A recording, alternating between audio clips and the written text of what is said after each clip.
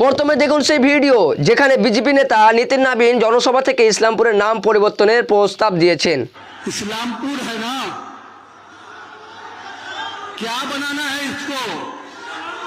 एक बार इस्लामपुर को ईश्वरपुर बदलने के लिए भाजपा की इस परिवर्तन यात्रा का शंखनाद कीजिए।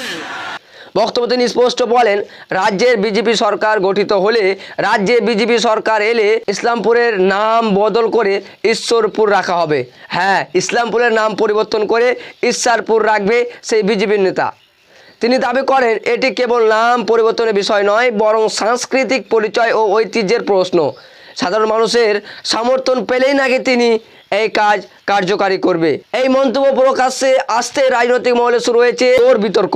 শাসক দল অল ইন্ডিয়া তৃণমূল কংগ্রেস কড়া প্রতিক্রিয়া জানিয়ে বলেছেন, এই ধরনের মন্তব্য রাজ্যের সামাজিক সম্প্রীতিকে নষ্ট করতে পারে, সামাজিক সম্প্রীতিকে প্রভাবিত করতে পারে এই সমস্ত বিজেপি নেতার জন্য।